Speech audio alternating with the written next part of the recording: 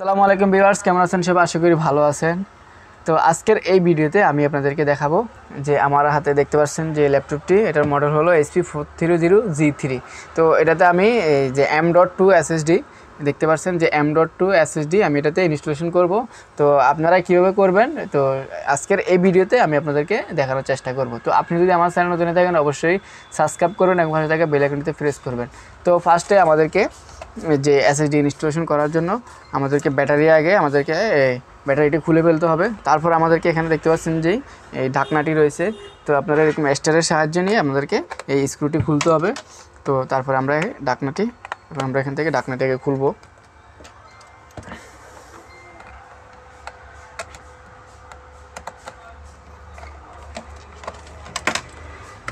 তো এখানে দেখতে পাচ্ছেন, তো এই পাশে রয়েছে আমাদের র্যামের স্লট, আর এখানে দেখতে পাচ্ছেন যে আমাদের ল্যান্ড কার্ড। তো এখানে দেখতে পাচ্ছেন যে এখানে একটি স্ক্রু দেওয়া আছে। এই যে এখানে কিন্তু আমাদের যেই এসএসডি স্লটটি আমরা এখন এই এসএসডিটি এখানে লাগাবো। তো আপনারা এই যে আমি আবার আপনাদের দেখাচ্ছি। তো আমাদের এটা হলো এসএসডি স্লট। তো ল্যাপটপটির মডেল আমি আবার বলতেছি HP430G3। তো এটার এসএসডি স্লট হলো এই দেখতে পাচ্ছেন এইটা।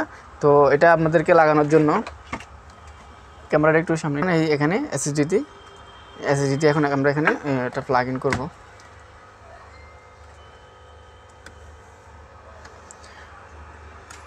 তো আমাদেরকে একটা স্ক্রুর সাহায্যে আমাদেরকে এখন এটা এখানে লাগিয়ে দিতে হবে।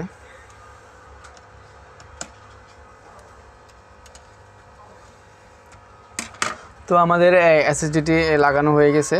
তো দেখতে পাচ্ছেন আমি এখানে স্ক্রুর সাহায্যে এটা লাগিয়ে নিলাম। তো আরেকটা জিনিস এখানে আপনাদেরকে লক্ষ্য রাখতে হবে, যদি আমাদের স্ক্রুপের যে ঘাটটি রয়েছে, অনেকের ক্ষেত্রে এটা স্ক্রুর ঘাটটি এখানে দেখতে পাচ্ছেন 3টি পয়েন্ট রয়েছে।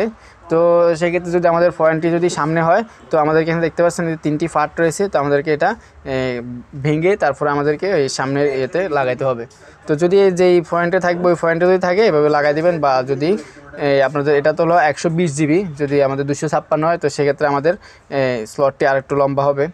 তো আপনারা এরকম স্ক্রু গার্ড দেখে বা এরকম এটা ভেঙে আপনাদেরকে অ্যাডজাস্ট করতে হবে। তো এটা আমাদের লাগানো হয়ে গেছে।